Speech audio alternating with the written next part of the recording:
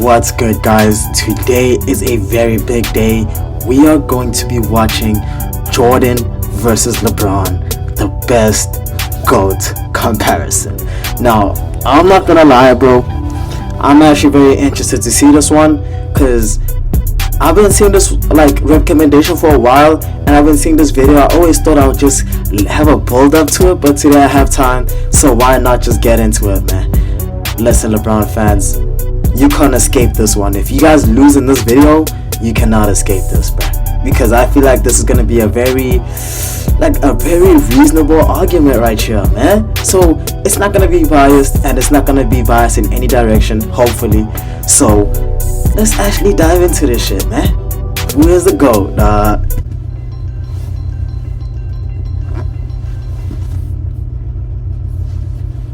When you're good at something, you will tell everyone. When you're great at something, they'll tell you.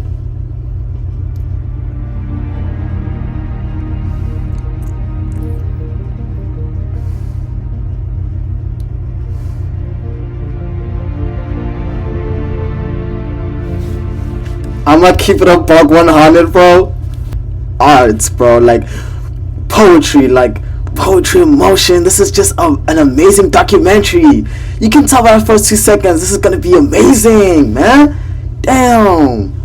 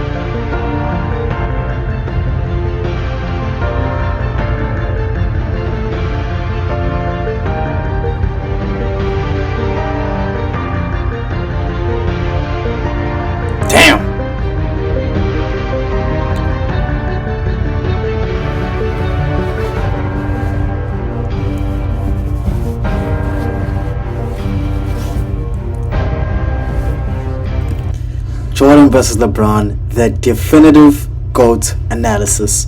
I really want to see. You guys don't understand how excited I am for this video, bruh. This is peak right here, man. I want to see what they have to say today, dog. Jordan versus LeBron. LeBron versus Jordan.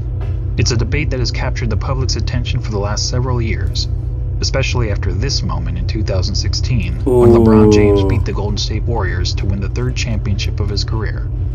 In LeBron's own words, that one right there made me the greatest player of all time. That's what I felt. Damn. Oh, he felt. Okay. That one right there made you the greatest player of all time. But did it? Damn, bruh. Have you ever heard Michael Jordan say words like that, though? I ain't never heard Michael Jordan say that, bruh. That crazy. Sheesh. Is everything since that? But okay, I'm gonna say this before I let these guys talk. If there's one thing I'm gonna do my best to not do, because I think LeBron James is a cornball, bruh. I think he's a cornball, but I'm not gonna use my thought of him being a cornball to sway my analysis of this video, because I really want to be neutral right now. I know I'm a Michael Jordan fan, but I'm gonna try my best to be neutral. But that was a combo move what he just did right there, bro. I have never heard Michael Jordan say those, bro. Moment simply icing on LeBron's cake? Or is LeBron destined to finish his career in Michael Jordan's shadow? We've all heard the arguments from LeBron supporters. He's bigger, he's stronger, he's faster, he's more durable. And from Jordan supporters. Michael Jordan was merely 6-0 with 6 MVPs in the finals. But the GOAT debate isn't as simple as the pundits make it seem. There are a number of factors relevant in determining the greatest basketball player of all time. In fact, I would say there are 5 things that really matter when determining the GOAT of any sport. These criteria are, in no particular order, accomplishments, longevity. No, bro. Okay, fine. Longevity, bro. Fine, man. Winning. So, look, accomplishments is Michael Jordan. Longevity, we give it to LeBron James, dog. I can't even lie, man. Winning, we give it to Michael Jordan, of course. So it's 2-1 right now. Statistics. Statistics? What type of statistics though? Because on defense it's Michael Jordan. When it comes to scoring titles it's Michael Jordan. But statistics, like the greatest, like the person with the most points is LeBron James. So who wins that? Yeah, I'm not gonna answer that question. Y'all let me know, man. And what we'll refer to in this video as the eye test. The eye test, you know that. You know who the eye test goes to, bro. I ain't gonna talk about it. You know that boy, the black cat, bro. You know the black cat getting that eye test, bro. What? Come on, man. And to be the GOAT, you don't need to be the best in any specific category, but you need to be pretty good across the board. So simply winning 7 championships, like Robert Horry did, isn't enough. Hold on, who the heck is this? Ain't no way this guy got 7 rings. We're not gonna give that to you, Robert. Robert, we're not giving to you. Get off my screen, bruh. Enough to get you into the conversation. Oh, get out of here. You know, that's actually crazy. That's the first time I heard of that guy's name, and I know he has 7 rings now. That's crazy. I gotta do my research on Robert Horry, bruh. How good is that guy, bruh? That's my first time hearing about him. Finish with this video, it'll be plainly obvious that one guy comes out on top. But before we get started, I want to clarify that one guy comes out on top, ski. Hold on, the LeBron fans won't like this. Oh, actually, well, the MJ Jordan's not like this. I don't know who gonna win this one, bruh. that this is not a comparison of legacies. It's about who was the better basketball player. If we were talking about legacies, Jordan's is nearly untouchable. Not only did he lead basketball to global popularity, he helped transform Nike into an empire, changed the way players played and how they dressed, and he even made it cool for guys to be bald. And while those things certainly contribute to MJ's iconic status, they don't make him a better player on the court. So let's evaluate the criteria that matter, and we'll start with individual accomplishments. Take a look. Jordan had more. Damn, MVP. He got 5 versus 4. Finals MVP. We got 3 versus 6. Scoring titles. Oh my goodness. We got 10 versus 1. Then we got NBA All Defense. 9 versus 6. Okay, now I'm gonna keep it a buck 100, bro. I had no idea LeBron James had that many All Defensive players. Whatever. All-Star team. We got 14 versus 16. Now keep in mind, Michael Jordan was an NBA player for 15 years, dog. And LeBron James was an NBA player for 23 years. So, of course, he's going to have more, dog. He probably is in the 20s right now. So, we can't even... You see, that's the one thing that he may win in, bro. Regular season MVPs, twice as many finals MVPs, 9 more scoring titles, and several more selections to the NBA's all-defensive team, including once being named Defensive Player of the Year. LeBron has more All-Star appearances, but that's largely due to his having played more seasons. In fact, when taking into account retirements and major injuries, Jordan essentially played 13 seasons compared to 17 seasons for LeBron. Bro, 13 seasons versus 23 seasons and he still wins, dog. Come on, what are we doing right now, bro? Why is this even an argument, dog? Why are we even arguing this? You know what? I'm gonna actually reference this video. I'm gonna show this video to every single LeBron fan now, bro. What? Just that alone, man. Damn. Making Jordan's significant lead in accomplishments all the more impressive. Yes. And that's to say nothing of MJ's brilliant college career, which saw him twice named All-American and once awarded College Player of the Year, at a time when the country's best players actually went to college. So regardless of whether you're a LeBron fan or MJ fan, you have to give the accomplishments checkmark to Jordan. You have to, The second criteria in our GOAT analysis is longevity. And this one is also a no-brainer, but this time in favor of LeBron. Yeah, nah, longevity, you gotta give it to LeBron, dog. I don't even lie about that one, bro. Not only has LeBron played more seasons in the league, but he's had a longer peak than Jordan. Jordan's peak lasted about 10 years, whereas LeBron's peak has lasted 16 years and is still going. And he's been incredibly durable during that time, missing significant time to injury only in 2019. That said, the claim that LeBron has been much more durable than Michael has been a bit overblown. Consider that Jordan played in at least 80 regular season games 11 times in his career, including all 82 games an incredible 9 times. Compare that to LeBron, who played in at least 80 regular season games just twice. And He's only played 82 in 23 years. In 23 years, you've only played 80 games twice, bro. Hold on, I didn't know that fact, Mr. Narrator.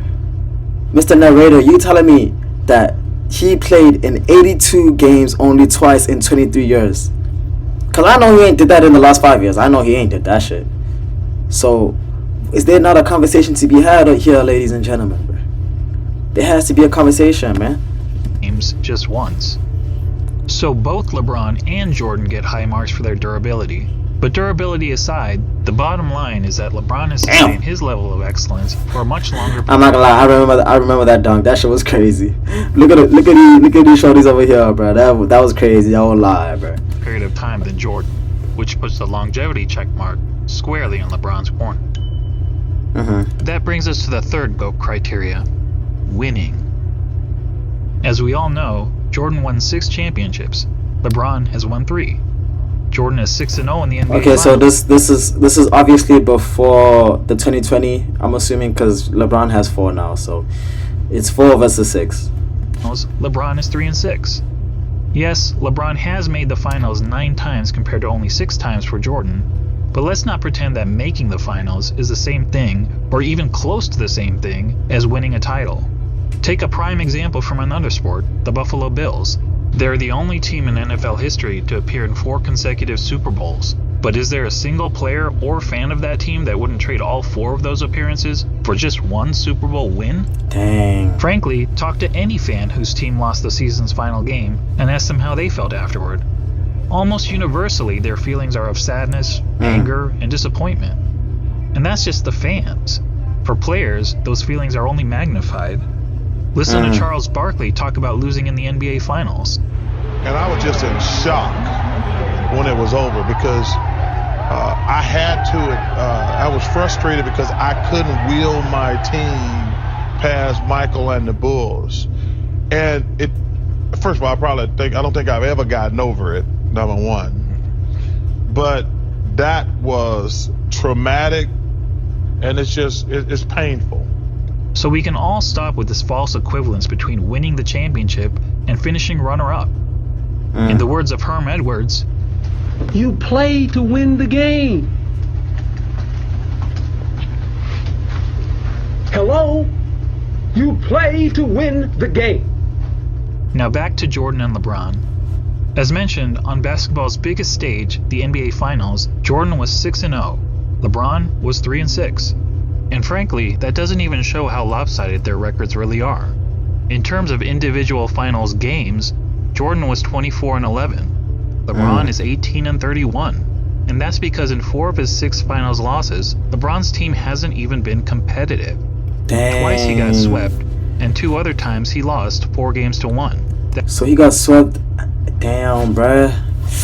Yikers. LeBron, I ain't even arguing, bro. I haven't put my 50 cents into this shit. You looking bad right now, Bronny. Damn. Hey, he got swept, boy. Okay, I'm not gonna lie. Celtics dead sweep MJ, so I can't even talk about the sweeping part. That includes being on the wrong side of the 2 most lopsided finals by margin of loss in NBA history. Of course, LeBron fans will tell you that the only reason for LeBron's 4 finals record is that his competition was so tough. Ironically, they do say that his competition was tough. So let's hear what you got to say about this, man. Same fans criticize Jordan for losing early in his career to a Celtics team stacked with 5 Hall of Famers, and they conveniently gloss over the fact that LeBron reached the finals so many times in part because the competition in his own conference was so weak. During the vast majority of his... They didn't even want to mention that. Why didn't they mention that, though? I did not even know that. Why didn't I think about this? His competition in the East. What was in the East, bruh? There was nothing in the East. No wonder. Hold on, bruh. Let me hear you say that shit again. Fans criticize Jordan for losing early in his career to a Celtics team stacked with 5 Hall of Famers, and they conveniently gloss over the fact that LeBron reached the finals so many times in part because the competition in his own conference was so weak. During the vast majority of his career, LeBron played in what many dubbed the Leastern Conference because the East was so much weaker than the West. On the other hand, during Jordan's playing days, the East was generally considered the stronger conference. I did not... Why have I never used this in a debate? I feel so dumb. Bro, the East was ass during LeBron's time or tenure with the Cavs. Why didn't I use that? And And Michael Jordan was really going through it with Reggie Miller, Detroit, Boston. Come on, bro. What are we doing? As Jordan had to battle through hard-fought rivalries against the Bad Boy Pistons, Patrick Ewing's Knicks, the Shaq Penny-led Magic. Bro, I haven't even mentioned the oh my goodness. Bro, I have a question. Because the old heads were there during this time. Why don't you guys ever say this, bro? This is a good point to make. It's a great point to make. Why don't the old heads ever say this shit? It's a great point, bro. And Reggie Miller's Pacers. That said, if you want to blame LeBron's failure in the finals on the level of his competition, I won't argue with you. Come on, bro. The Cavs are wilding for this. I mean, come on, dog. What type of... They sleeping. Shaq Penny-led Magic and Reggie Miller's Pacers. That said... Look at this. And Bron is just watching it. Look. Bron, you wildin', boy. I ain't gonna lie, Bron. You wildin', dog. You just let this happen? Bron, your defense is booty. Want to blame... How can you let that happen? LeBron's failure in the finals. Oh my gosh, LeBronski, dog. Ain't no way you let that happen, bruh. I ain't gonna lie, man. That's bad work. Level of his competition, I won't argue with you. But let's also not blow it out of proportion. If you look at the average number of wins of their finals opponents, you'll see that LeBron's finals opponents averaged 60.8 wins per season, whereas Jordan's finals opponents averaged 61.2 wins per season. This is amazing work right here. Great documentary, bro. Great You know, from here on out, whenever I have a debate with a LeBron fan, I'm sending them this shit right here, dog. I'm gonna send them this video because how could you ever argue against anything this man is saying right here? How could you ever argue anything that this man is saying in this video, man? So as it turns out, both players face stiff competition in the finals. But a big reason we don't hold the 93 Suns, the 96 Sonics, or the 98 Jazz in the same regard as some of LeBron's finals opponents is because, unlike LeBron's adversaries, Jordan's opponents never actually won the Larry O'Brien Trophy. Which goes to my original point, that the difference between winning the title and finishing runner-up is huge. And the reason those teams never won the title? This guy. Look, I'm not trying to say that Jordan's opponents were as good as the Warriors teams that LeBron faced 4 times in the finals. The truth is that Jordan never played a juggernaut quite like that. But there's a pretty good reason for that. Jordan's Bulls were the juggernaut. They were the team winning 70-plus games. They were the team with the target on their back every year. And as the Warriors showed us, that's not an easy place to be. As great as the Warriors were, they were never able to string together 3 consecutive championships. That's actually very true, Ski. They were the NBA, they were the Warriors, but even the Warriors, they fell off. They fell off, bro. Stephen Curry has 4. Why doesn't he have 6 if playing on a franchise team is that easy? Why does Stephen Curry not have 6, man? Why doesn't he have 7 if playing on a franchise is the easiest thing you can ever do? Why does Stephen Curry not have 7? Exactly. I like this guy, bruh. What a freaking point right there. That's a great point. On their back every year. And as the Warriors showed us, that's not an easy place to be.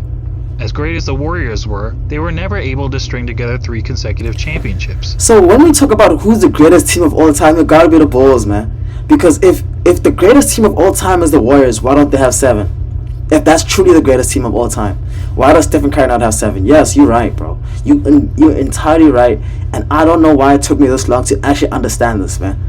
It took me this long to understand that. That's crazy. Jordan's Bulls did it twice. So what's the greater achievement? Beating the juggernaut or being the juggernaut? Or to be more specific,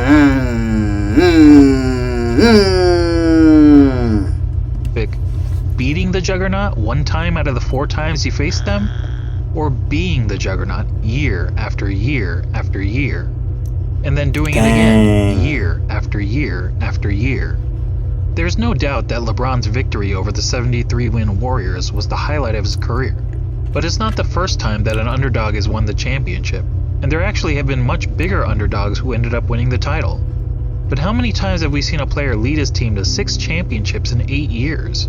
Damn, Prior bro. to Jordan's Bulls, only Bill Russell's Celtics ever accomplished that feat in the NBA, when they incredibly won 11 championships in 13 seasons. However, back then, There was an average of less than 10 teams in the league, and only a couple rounds Damn, of playoffs, 10 so it was teams? considerably easier to win a title. And no player, not even Bill Russell, ever had a run of winning 25 of 26 playoff series, as Michael Jordan did. Nah, And he's a Michael's GOAT, bro. pattern of- He's a GOAT. I'm so sorry, bro. You cannot say this guy's not the GOAT, dog. This is insane. This is insane, bro. Winning goes beyond the NBA. Let's not forget that Jordan has never won anything but gold in the Olympics, and he also earned an NCAA championship, in which he hit the first of 2 iconic championship-winning shots in his career. All that is to say, when it comes to winning, the checkmark clearly goes to Jordan. Yeah, nah, come on. We all know that goes to Jordan, bro. We're not even gonna talk about that one, bro. On to the fourth GOAT criteria, statistics. This one is a bit more complicated. It is. How do you statistically evaluate 2 players who played in different eras under different rules at different positions? One way of doing it is to simply look at the 8 traditional statistics of basketball. Okay, what is that? Points? Assists, rebounds, steals, blocks, field goal percentage, free throw percentage, and turnovers. And we'll focus on per game stats rather than cumulative stats. Yes. Since cumulative stats, such as total career points and total career assists, really speak to longevity. Yeah, that's longevity. Exactly. Thank you, Mr. Narrator, for actually specifying what is a good metric to actually analyze this specific criteria of the GOAT. Thank you for that, man. Thank you, because some people they don't know what they're doing, bro. At this point, I don't know, man. Which is already its own category of the GOAT analysis. Per game stats, on the other hand, is more of an apples to apples comparison. Yep, it is. So looking at the 8 traditional stats, we see that Jordan leads LeBron in 5 of them: points per game, steals per game, blocks per game, free throw percentage, and fewer turnovers. So 1, 2, 3, 4, 5 versus 1, 2, 3. LeBron leads in the other 3: assists per game, rebounds per game, and field goal percentage. Now, I'm gonna say this, bro. I might sound like a complete hater for saying this, but hey, it is what it is, bro. I don't care if my GOAT is not averaging more assists and more rebounds. You can have that, LeBron. You can have that BS, LeBron. I don't care, dog. You can have that assists and rebounds. Who wants to be a rebounder, dog? Of course it's you, so we'll give you that. And then field goal percentage, it's by 1%, dog. What are we doing? It's by not even 1%. Is it? I'll suck at math. I don't know. It's not even 1%. So is that really a statistic to give him anyway, bro? But that's a pretty simplistic way of looking at statistics. What if we instead turn to analytics? Probably the most well-known analytics stat is player efficiency rating, or PER for short. This metric was created by respected basketball analyst John Hollinger to give an overall rating to a player's performance based on traditional stats like the ones we just mentioned. Jordan has led the league in PER 7 times, LeBron 6 times. Jordan has finished top 3 in PER 10 times, LeBron 9 times. So now, I'm not gonna lie, LeBron probably, these numbers might not be the same for LeBron because he's still playing. So I don't know if some of these are changing. I will say that. In fact, Jordan has the highest career PER in both the regular season and the playoffs. Another popular analytics stat is win shares. The only reason why this video might still be valid is because LeBron James kind of he wasn't quote unquote statistically the best player in the league. And when was this video made? In 2020. After 2020, he wasn't a statistical demon. You feel me? You know what I'm saying? He wasn't I might be tripping when I say this. I might be wrong, but I don't think he was in his prime. He was definitely taking the backseat when it comes to statistics. So maybe averaging 27. I don't know, man. But I don't know. The league in win shares 8 times. LeBron 5 times. Jordan has finished top 3 in win shares 11 times. LeBron 6 times. And when it comes to win shares per 48 minutes, Jordan has the highest career rating in both the regular season and the playoffs. What about box plus minus? Until recently, LeBron was actually ahead of Jordan in career box plus minus. But after the 2017 season gave Russell Westbrook the greatest single-season box plus minus in history by a wide margin, the architect of box plus minus realized that the stat was fundamentally flawed. so he made some changes to improve its formula. As a result, Michael Jordan now has the highest career box plus minus in both the regular season and the playoffs. And lastly, I'm gonna keep it a buck. I don't know what these things mean. Like what he's talking about right now, I actually don't know what it means. But Michael Jordan's winning them, so it's still the conversation remains the same, dog. It really does. what about value over replacement player, which on its face seems to favor LeBron James? Well, value over replacement player is a cumulative stat, and as previously noted, cumulative stats speak more to longevity than they do game-to-game dominance. That said, according to value over replacement player, Jordan owns 6 of the 9 greatest individual seasons ever played. And on a per-game basis, MJ's career rating in value over replacement player is the highest of all time in both the regular season and the playoffs. Are you noticing a theme here?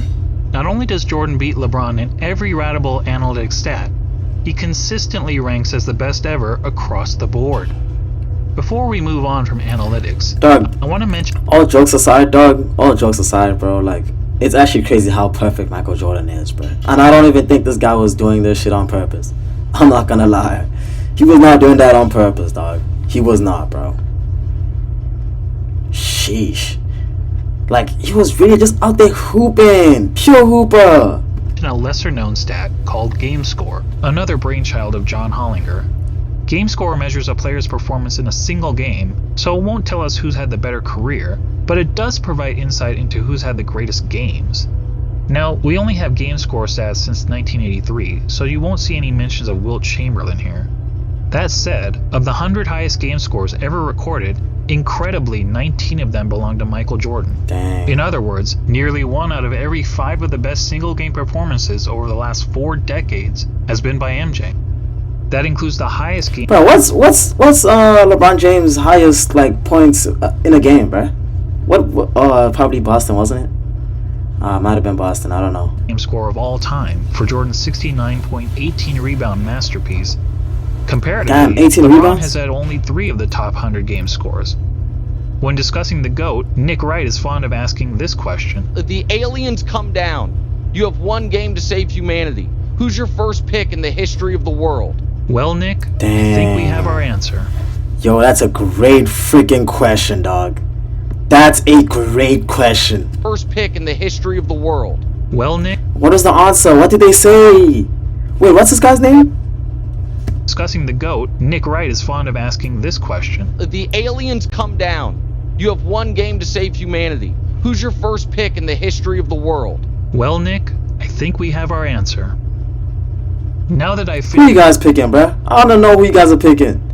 Cause, dang, these people are out here just saying blasphemy out here, bruh. Who you guys picking? Let me know. Who you guys picking, bruh? drowning you in numbers, let's be real. Hardly anyone watching this video knows how to calculate PER, win shares, box plus minus, we don't. value over We don't. replacement player, or game score. Yeah. And why should you? This is basketball, not Goodwill Hunting. So let's go back to the traditional stats that we all know and understand. But this time, let's add context to them. What do I mean by context? Well, some positions are simply better than others at racking up certain stats. Let's take rebounding as an example. In a vacuum, if we simply compare the number of rebounds per game of Brook Lopez and Jason Kidd, we might think that Lopez was the better rebounder. The truth is, relative to their positions, Lopez is statistically one of the worst rebounding centers in NBA history, whereas Kidd is statistically one of the best rebounding guards in NBA history. But even a poor rebounding center can grab more rebounds than a great rebounding guard solely by virtue of their roles on the court. So it makes sense that, to understand the context of a player's stats, we should compare them to the respective positions that they played. When comparing LeBron James to the other small forwards who have played at least 500 NBA games, this is where he ranks. Overall, that's pretty impressive. Now let's see how Jordan compares to all shooting guards who have played at least 500 NBA games. As good as LeBron is compared to other small forwards, Jordan is on another level when compared to other shooting guards. He's darn near the top of every major statistical category. Bro, and there isn't a single... Dog, he's top 3 in every single one of them besides assists. He's top 3 field goal percentage, he's top 10. And free throw, he's top 34, whatever. category where LeBron is better than MJ relative to his position, other than assists. Dang. So to sum up statistics, whether comparing traditional stats or analytics, and especially when judging these players in the context of the positions they play, Bro, and you know what's the crazy thing? This guy didn't even talk about defense, bro. He did not talk about defense once, bro. Jordan has a noticeable edge over LeBron. As such, we have to give the check mark to Jordan. He did not even talk about defense. That's the craziest part about this. And that takes us to the last category in our GOAT analysis. The eye test. And to be clear, by eye test, I don't mean which of these players is bigger, faster, or jumps higher. None of that is relevant unless we're having a track and field competition. And frankly, if physical measurables mattered, then George Murasan would be in the GOAT conversation. No, what I mean by the Who eye the test heck is that? if you sat an average basketball fan in front of a TV to watch a player in action, what would he notice that the player is and is not great at? Thankfully, I happen to be an average basketball fan, and I've had the privilege of watching both LeBron and Jordan during their playing days. So unlike a lot of my fellow YouTubers, I haven't merely relied on highlight videos. Here's what my eyes told me when I saw Michael Jordan play, particularly during his playing days with the Chicago Bulls. He was the best offensive player in the game, he was arguably the best defensive player in the game, he had the best mid-range game, he was the best finisher at the rim, he had the best post-up game, which is incredible considering most players who dominated the post were big men. Damn, bro. He was widely considered the most clutch player in the game. I'm not gonna lie, that boy jump shot pretty as hell too, dog. That's a pretty ass jump shot right there, dog. Pretty. He was regarded by opponents as the fiercest competitor on the court. He was regarded by teammates as the hardest worker in practice. And when all was said and done, amongst the other stars of his generation, he was the greatest winner. Now, when you're playing against the elite of the elite athletes of the world, to be the best at any one of those things is pretty remarkable. But to be the best at all of them? I tell you, it's impossible, but for the fact that we saw Michael Jordan do it. And when it comes to the GOAT debate, that's the biggest hurdle facing LeBron. He's basically being compared to a guy who was great at everything and practically had no weaknesses. Damn. Seriously, judging by the... Bro, that boy wanted to win, dog. He genuinely wanted to win, bro. It's not even a joke. He wanted it, dog. eye test, what's the worst thing we could say about Michael Jordan's game? Nothing. Probably that he was a ball hog. You can say he's a ball hog, alright? wasn't a very good three-point shooter. Oh, he Jordan wasn't? shot 33% from beyond the arc in an era when the average player also shot 33%. So when it came to three-point shooting, he wasn't good, he wasn't bad, he was just average. But remember that Michael played in an age when the three-point shot wasn't a big part of the game. During Jordan's years, teams averaged only 9.5 three-point attempts per game, and Michael himself attempted less than 2 threes per game. And if being an average three-point shooter is a weakness of Michael's game, well, then we also have to call it a weakness of LeBron's game. The difference is that LeBron plays in an era where the three-point shot is a huge part of the game. During the years in which LeBron played, teams attempted on average over 21 threes per game, and LeBron himself averaged 4.3 three-point attempts per game, or 2.5 times as many as Jordan. Despite the increased emphasis on threes, LeBron's career shooting percentage from beyond the arc is only a hair better than Jordan, at 34%. And it's actually... And look at the times, bro. Look at the times, bro. I'm not gonna lie, this is a very bad video for LeBron fans, dog, because you can't argue anything. If you're genuinely arguing anything as a LeBron fan, you're delusional, dog. You're delusional, bruh. Right? Slightly below his peers, who averaged 35% from three during his era. But to reiterate, being an average three-point shooter was by far the worst part of MJ's game. For LeBron, it's not even close. LeBron, in fact, has 4 major... Oh my days, look at this, bruh. ...weaknesses as a basketball player. Oh my gosh, what are we watching? Even close. LeBron, in fact, has 4 major... Look at this. ...weaknesses as a... Look at this. Oh, come on. Come on. Each of which is readily apparent to anyone who has actually watched him play. First, he's not a good free throw shooter. The heck am I watching? For his career, LeBron has shot around 73.5% from the free throw line, which is pretty poor for a player who handles the ball as much as he does. In fact, many analysts point out that, at the end of games, LeBron shies away from driving to the basket because he's afraid of being sent to the line. I don't know whether that's true. No, that's not true. What I do know is that the odds of LeBron hitting 2 consecutive free throws is statistically not much better than a coin flip. Damn. Jordan, on the other hand, shot a solid 83.5% from the free throw line during his career. Dagger. And MJ never shied away from contact at the end of games. LeBron's second weakness is that he's an inconsistent defender.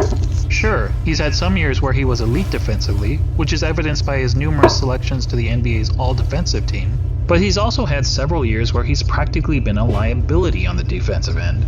Compare that to MJ, who during his Bulls days was a consistently elite defender. In fact, Jordan is the only player to rank in the top 5 amongst all guards in both steals per game and blocks per game for his career. Additionally, Michael led his position in defensive win shares practically every year that he played for the Bulls, an incredible 10 times. LeBron, comparatively, has led his position in defensive win shares on just 4 occasions, and in 5 of his last 7 seasons, he didn't even crack the top 10 at his position in defensive win shares. Nah, LeBron, that's bad, dog. What the heck? 5 of his last 7 I might be like, I don't know. Is it an excuse for someone doing this on defense? This is crazy. Why are you going to Steph? Oh my gosh, he's going to Steph, bruh. You could, bro, why is this even an argument, bruh? I don't know, dog. You wildin' for arguing this, guys. I'm not gonna lie, you wildin', dog. This should not be an argument. Look, he's going to Steph. When you're 6'9". He didn't even Look at this. crack the top Oh, hell nah, bruh. 10 at his position in defensive win shares. Now, some will excuse LeBron's recent fall-off on the defensive end as a byproduct of his resting on defense so that he can have more energy on offense. And we can debate the merits of that strategy, but resting on defense is not something Michael Jordan was ever accused of doing. Heck, even as a 40-year-old, he was busting his tail on the defensive end. But what about the notion that LeBron's been the more versatile defender? LeBron supporters will argue that he can guard positions 1 through 5 on the court, such as when he guarded Derrick Rose for stretches in the 2011 playoffs. But LeBron's guarding the opposing team's point guard or center isn't something that happens very often. In fact, during his career, LeBron has spent less than 5% of his total minutes guarding the opposing players 1 or 5. So the versatility argument is highly exaggerated. And look, when it comes to versatility, Hometown Buffet may have a more versatile menu than Spago. That doesn't make it a better restaurant. LeBron's third weakness is that he's not a very good shooter. And this is a pretty significant flaw for someone claiming to be the GOAT. I mean, shooting the ball is the quintessential skill in the game of basketball.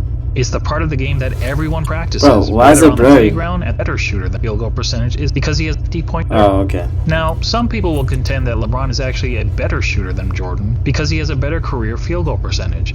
And yes, LeBron's career field goal percentage is 50.4%. Dog, it's not that much, bro. 49.7%. It's not that But much. recall what I said about placing stats into proper context. To help us understand context when it comes to shooting, Bro, 1% is not even that much. Even if it was a stat to even use against him, bro. Like 1%, dog. Come on, bro. allow me to introduce DeAndre Jordan and Tyson Chandler. We all know that DeAndre and Tyson were great rebounders and defenders, but what if I told you that they were also 2 of the greatest shooters of all time? That would be certifiably crazy. Yet if you look at all the shooting metrics, field goal percentage, effective field goal percentage, true shooting percentage, both of these guys rank near the top in NBA history. Of course, there's an obvious reason for that. As we all know, both DeAndre Jordan and Tyson Chandler take a lot of their shot attempts on dunks, layups, and putbacks, which are extremely high percentage shots. Well, guess what?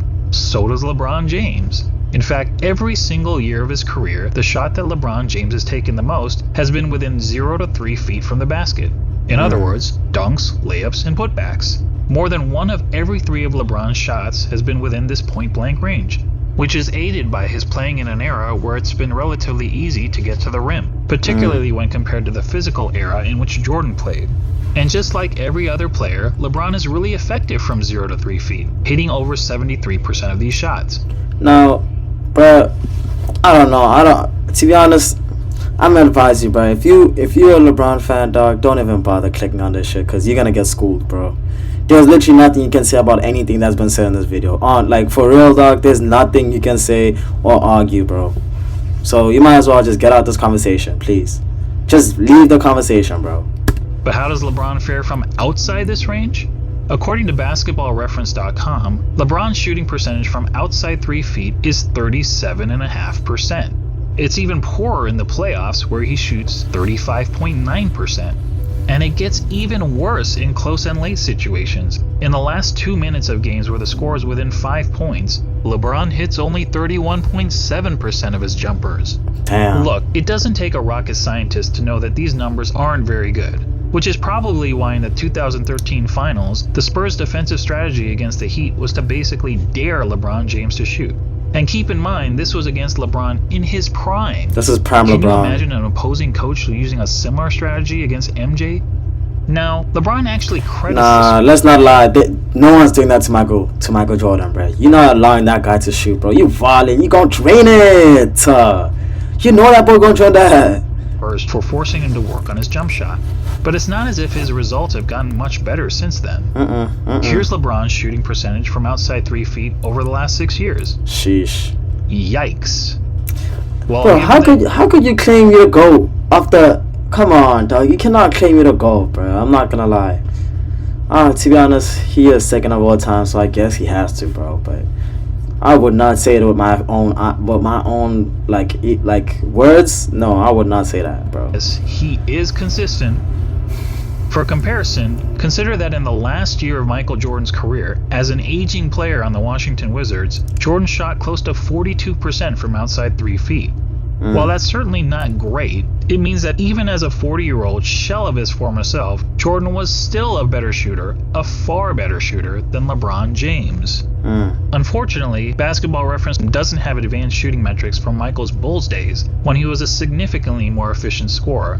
But few would argue that Michael was anything but a lethal jump shooter when he was wearing red and black. When it comes to shooting, all of us can recall practicing shots on the blacktop, counting down 3, 2, 1 before launching a shot at the rim. Well, if you were pretending to be LeBron James, you'd brick almost 2/3 of the time. Actually, that's not entirely true. If you were playing against a countdown, it would be much, much worse. And that gets me to the last major weakness of LeBron's game, his performance. Dog, I done seen LeBron James choke a lot of wins, dog. There's one, bro, if you guys made it to this point, bro, y'all remember the Christmas game? I don't even think it was a Christmas game, but y'all remember when LeBron James was going against Patrick Beverly and he got stripped by Patrick Beverly, dog? Do you understand? That is crazy to me. And look at this instance, bro. This boy done traveled and he missed an open layup, bro. Like, bro, to be honest, dog, it's a disgrace there's people out here thinking that LeBron's the GOAT, man. It's a goddamn disgrace, man. Performance, or more accurately, lack of performance, in the clutch. Remember when people were praising LeBron for making a couple of buzzer beaters in the playoffs 2 years ago? Bro. They used these stats to claim that LeBron was better in the clutch than Jordan. But look at these numbers carefully. What stands out to you? How about this? People were using a sample size of less than 1 shot per season to make the case that LeBron was more clutch than Jordan. That would be the equivalent of polling just 100 people in the country to try to predict the winner of the next presidential election.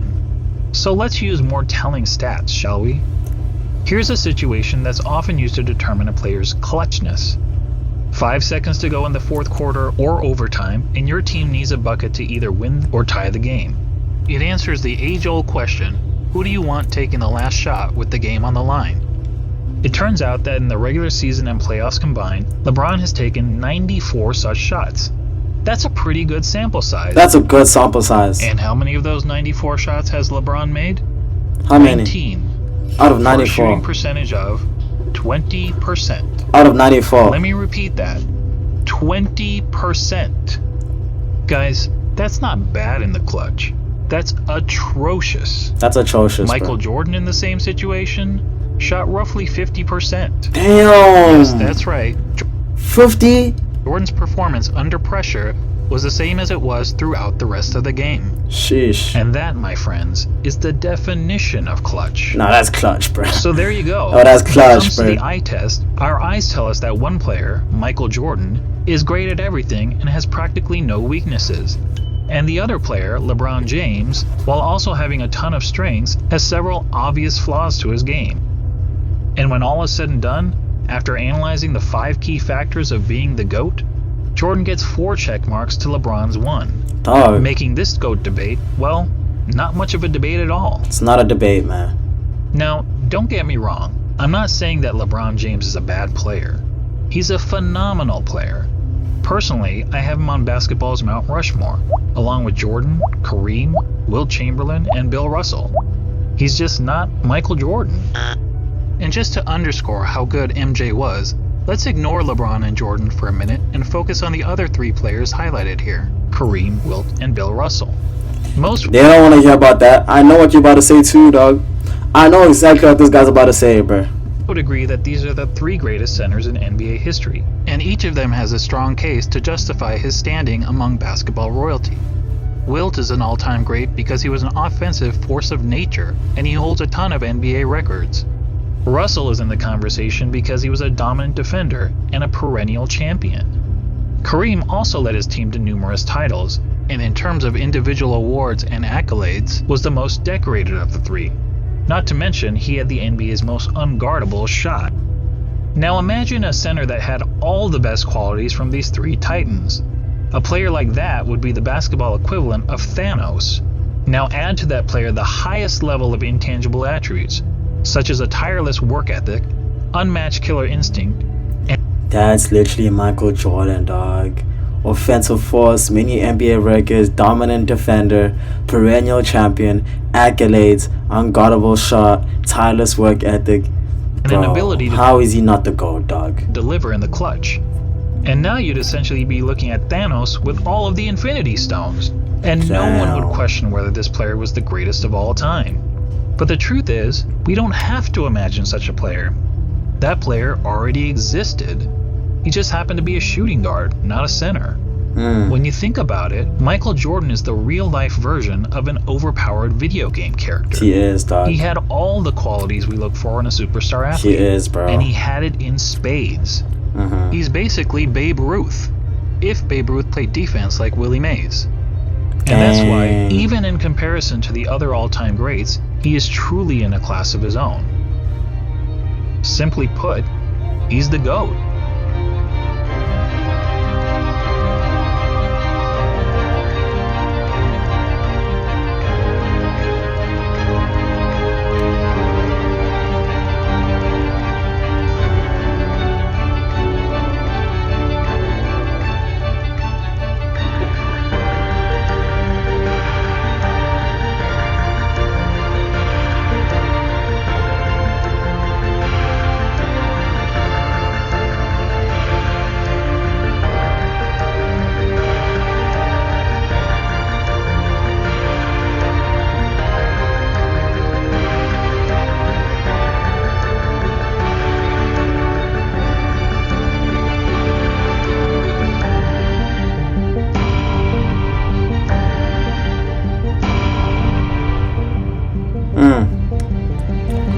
I don't know how this is a debate, dog. It's not a debate at all, man.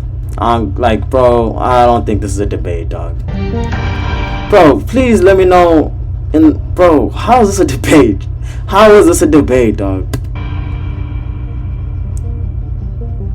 And people really think LeBron's the GOAT, though, bro. That's crazy. Sheesh. No, people really think that, bro. I was in a whole ass hour-long debate talking about this guy, dog, with some other LeBron fan, bro. That shit was crazy to me, man. Nah, that shit was crazy.